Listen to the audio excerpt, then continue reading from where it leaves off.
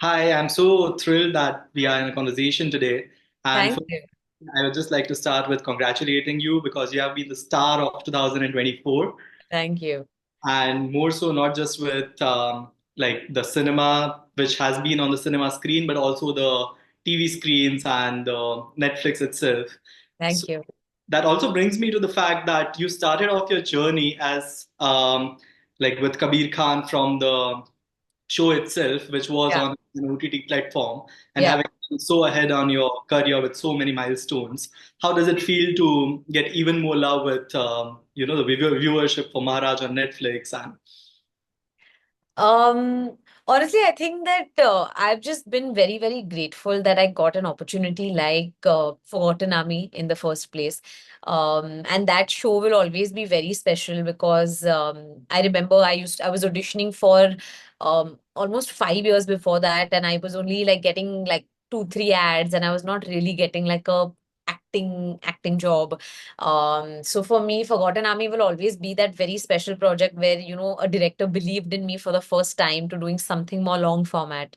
And ever since, Forgotten Army, the amount of love that I've seen on Maharaj, which is just so like it's 10 folds this time, and people have been really, really loving um the songs of Maharaj and making like tons of these reels on Instagram. And it's just really, really sweet because it reaches globally. It has you can rewatch it.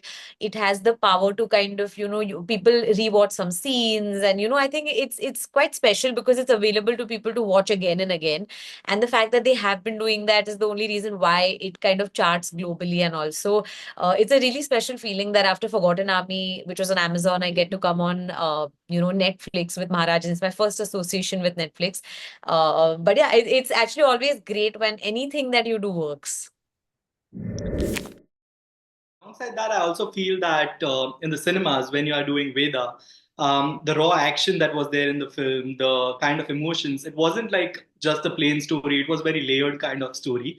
Yeah, And a scene that I particularly liked was like when there was a very emotional and hard-hitting scene where there is a car following you and you are like your character is getting into an accident.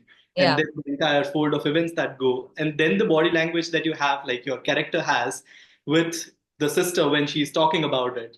So you have mentioned in quite many interviews that there have been some emotional moments, and there have been those hard-hitting scenes, which also affects your daily yeah. life and it affects your mood. So how do you cope up with that?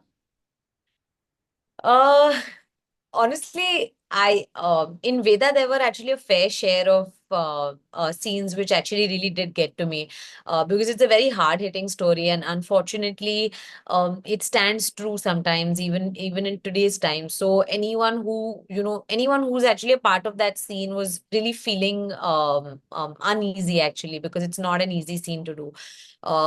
So but as an actor, I really wanted to put myself there and give it my 100% because sometimes cinema also has ways of changing some thoughts or making some conversation, and hence I think it was my responsibility to do it with utmost sincerity and sensitivity.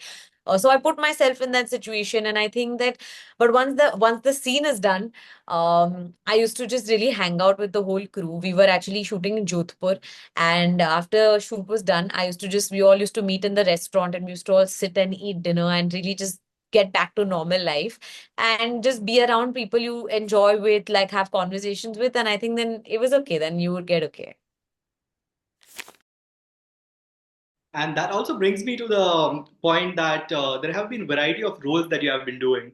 So it's not just one kind of roles. Like Yeah. if you go right from your journey as the AD, it has been on the comic films, and it also had like many of your characters recently have also had this comic overtone, Yeah.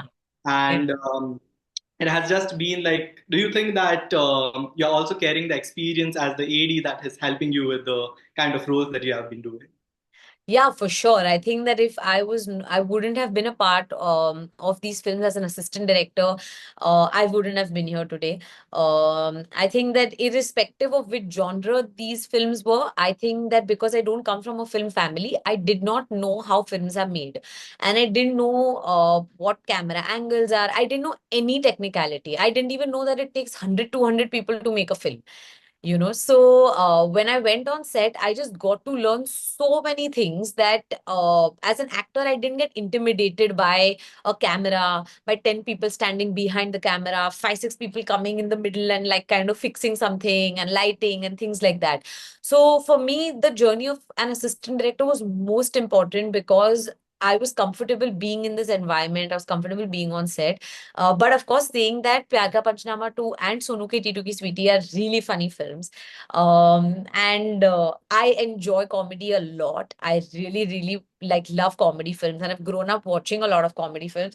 So I think, yes, I think subconsciously somewhere, comic timing and how you redo takes. I think those small things, even if I didn't think about it, I think subconsciously I was on set when I learned or saw these things. So I guess I kind of applied it during Maharaj or Munja or even Bunty Bubbly too, because I've done a fair share of comedy now that you say. Yeah. That there have been quite a many things which I would say is like a circle of life.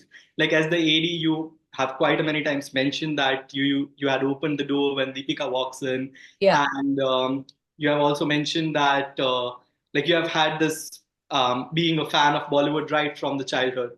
The circle of life that you're now in the spy universe, which has Deepika or which has SRK as a Yeah. part of it. How does Yeah. that feel for you? I mean, it's quite a surreal, like a pinch me moment still. Right now, though, I'm just keeping my head down and just like working hard and just shooting every single day. But yeah, when I talk about these things, it just makes me feel really surreal because, of course, I was an assistant director on Bajirao Mastani, and in one of the song sequences, I was actually opening the door in for Deepika for the Diwani Mastani song. So yeah, it just feels wonderful to be a part of the Spy Universe, which is held by so many superstars, and I'm the youngest actor who gets to be a part of something like this is a big responsibility. But I'm excited. I'm excited. Well, the audience is also equally excited, and right from the title announcement, everyone has been very intrigued by how well the dialogues are or what the motto of the mission is. It also feels that it's not just the film, but when we look at the films that are made even in Hollywood, there hasn't been a very impactful film where there are the female leads that are playing a spy. Right. So this is like a very new concept, a very unique in itself, kind of. So how do you feel that this would be like a legacy for the films ahead? Honestly, I personally think that Alia has always done this, she's been kind of a stalwart when it comes to female-centric films, and she's always made them work. I'm lucky to be a part of it with her. I think that she really does have the power and the charm to make it happen and make these films successful. I get to learn with her and I get to be in a film with her. So I think I'm just going to put in my energies in this and really, really hope that we have a film that kind of hopefully changes the course, makes more female centric action films because ours is first of its kind, and really hoping that there are lots more because I feel like when young girls or boys can sit in the theaters and watch women do action, I hope that they feel really cool about it. Reminds me how you had a bit of muscle pain or the muscle stretching when you were doing the action for Veda. Yeah. So, given the high octane action on this one, how have you been preparing for the role, like with the shoot in different cities and the kind of action that goes into making this? Um, yeah, honestly, I think that it's a part of our job when we actually do action films, and any sort of like these physically driven films demand a certain amount of fitness. So nothing, I've just been consistent. I think the key is being consistent. The key is going to gym. I actually have just celebrated Ganpati at my native place and absolutely not gone to the gym. So I'm really looking forward to now being more consistent and just like showing up at the gym and, just putting in the effort that I was like 10 days back. But yeah, I think just being consistent is key. And working with Yash Raj Films is again a huge thing. And right from Bunty and Bubbly 2, Yeah. and like the vision that Aditya Chopra has for the YRF Spy Universe itself, and the director who has been praised for the Railwaymen. So, how do you feel working with these people? Like, what is the experience like? It's quite outstanding because and it's very humbling because Aditya Chopra is one of the biggest producers in Bollywood. Spy Universe is one of the biggest IPs of Bollywood, and for him to believe in me, for him to feel that I would be able to do this project and be able to stand my own ground is a huge validation for an actor like me, especially because I'm just 3-4 films old. So it's very motivating for me actually to kind of get that validation and to get that support from Adi sir. And Shiv is a fantastic director and a very good friend now, since we've been working together. But honestly, he's quite the visionary, and like you said, Railwaymen has been such an incredible show. It's super exciting to work with new minds. It's exciting to, collaborate with new people who have like different visions and kind of want to do something different in the world of cinema. And like you said, that you have just been 3 or 4 films old. But when you go through the comments, there is so much love, and there are so many people who Yeah, mention that it seems that we have been seeing you for a long time, and we have yeah, seen the growth of the characters that you're performing. yeah. So, how does that reception of love feel? Like whenever you are opening after you have shot for something for a long time, and when you're opening your social media or you are reading through the comments full of love and praise, how do you feel looking at the reels that people are making, the dances, and Yeah. all of those things? It's actually the sweetest thing. It's the most sweetest thing ever um because I feel like this year has truly been the first time that I'm experiencing something like this. I have not experienced this before. I've just been very lucky that my work just came out back to back this year. And fortunately, people received everything very well for me. For them to, I've had 3 songs that came out this year, and for them to make reels on all songs and like all songs to trend. Um, and just it's just a lot of love for me, and I really really hope that I'm able to kind of work really hard and never disappoint my audience, because I think that I kind of owe them, and I'm responsible for giving them some good performances, so hopefully I'm able to do that in return of their love. You have this special wall in your house, which is like with the collages of all the Bollywood Yeah. movies, and which has the pop culture references. And now, when we look at it, like the "so and show" thing, or if we go and look at the "ha ki ha," so how does it feel to get included in that pop culture now that everyone is performing like you and they are Am trying I to? part of pop culture? I think that would be a very cool moment. I don't know if I don't know if I'm part of pop culture as yet, but if I am, then that's very cool. Well, we would love to send you a picture with "ha ki ha" that you can add on your wall. Oh, yeah. Yeah, that would be very cool. The dialects that you have learned, like the Rajasthani one for Veda or the Gujarati one for Maharaj, there might be moments that you might be having the issues of mixing them up, or you might Yeah. have like the collaboration of characters that you are working on so many films together. So how have you worked on it that you have been so perfect in all of them? Thank you so much. So actually, Gujarati started with my friends from school. Actually, 2 of them are Gujarati, and I've grown up in their households, so I've heard their families speak Gujarati. So that's a language that I've always heard. They speak to each other in Gujarati. Their moms used to speak to me also in Gujarati. So I think that I always knew the language and I knew the sound of that language. So it was not that difficult for me to pick that language up. What was difficult was actually speaking it wrongly. Like, I didn't know the language fully, but then I had to break it and then speak wrongly and still, get that right. That was my difficult part. So I really tried to learn as much Gujarati as I could. But when I actually shifted to Veda, I remember that time I was getting very confused. Like I used to speak half Gujarati, half Rajasthani, half Marathi. Like I had mixed all my languages. And at one point, I thought that I'm never going to be able to speak Rajasthani because I was just not sounding anything like a Rajasthani girl. So that became like a khichdi in my head. But I think eventually my dialect coach, his name is Mahadev, and he really, really helped me with this. And due credit to him that I actually could speak Rajasthani in the film.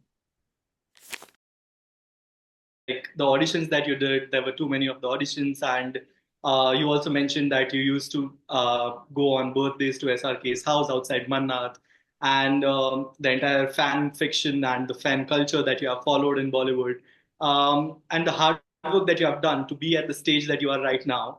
Like with potential collaborations between the movies of Spy Universe or something that's like you have reached to that level where you have mixed all of those things up. Right. So how does it feel? You are looking at the dance numbers. Very few of the actors have this high number of views. Not just on like you have the viewership records, you have the YouTube records, you have Yeah. the records of box office collection. So, like, how has this entire journey? Like, have you been able to, do you feel that the manifestation has worked, or do you get the kind of responses even from your family members that you have actually been thankful for the journey? Actually, even now it feels almost like a pinch me moment. Especially when I saw a lot of people dance on Taras in the theaters, right when it was playing. That I thought it was unbelievable that somebody was dancing on my songs. Like I was like, oh my God, wow, this is happening. I think it still feels like that. It still feels very new, very almost feels like a dream. But yeah, sure. I definitely think there is a big part of manifesting because I've always wanted to be uh I've wanted to be one of the best actors in the country. I still strive to do the same. I still work hard to do the same. I wouldn't say I've reached there, but I want to reach there. And that's always been my aim. So I think that it feels like a good one step forward. Global audiences that are watching your films, and like even in London you have seen the houseful cinemas for the films that you have done. What would you say to the global audiences regarding your future roles and regarding the love that you have been getting from them? I would just want to say that I'm so thankful and so grateful to everybody, all around the world who has been showering me with so much love. Because I think for us, Instagram is kind of the only way we get to read or get to know that people out of India are also watching our work, because they kind of drop in a comment or get write like a DM. So whenever I see something like that, it makes me realize the power of cinema and to to what extent it can go and how the boundaries that it can cross. So I think that it's incredible that everybody even outside of India have been watching everything and just been so kind, and I'm just very, very grateful for the love. All the the work that you have done and getting the youngest actor to have the release on a holiday and the youngest actor to do the rest of the things that we have mentioned through the interview. So and you have to even go for the marketing of the events and like to the events for marketing of the films, and you have to do the interviews. Yeah. So how do you think, do you feel that that's your motivation, or do you feel that you get exhausted at the end of it? No, I think it's I honestly I get very excited. I'm also a very, very new actor, so all of these things are really a dream come true. I've seen people promote their films, go to colleges, and have that whole thing, and I've always wanted that for myself. I've always looked at like other people's promotions and felt, oh, when will I be able to promote my film? And also, I'm always looking forward to this. I'm always looking forward to meeting people and meeting and promoting my film mainly because after making that film and working so hard on it, it's really important that it reaches to the audiences. So no, I actually find it really exciting. So, well, thank you for this conversation. It has been very amazing. And more than that, the milestones that you have already achieved and you are set to achieve with Alpha. I'm so sure that the audience is going to love it and the Thank, benchmark that you are going to create. thank you. So, all the best on the journey and congratulations. Hi guys, this is Sharvari and you are watching Bolly UK Media. Stay tuned.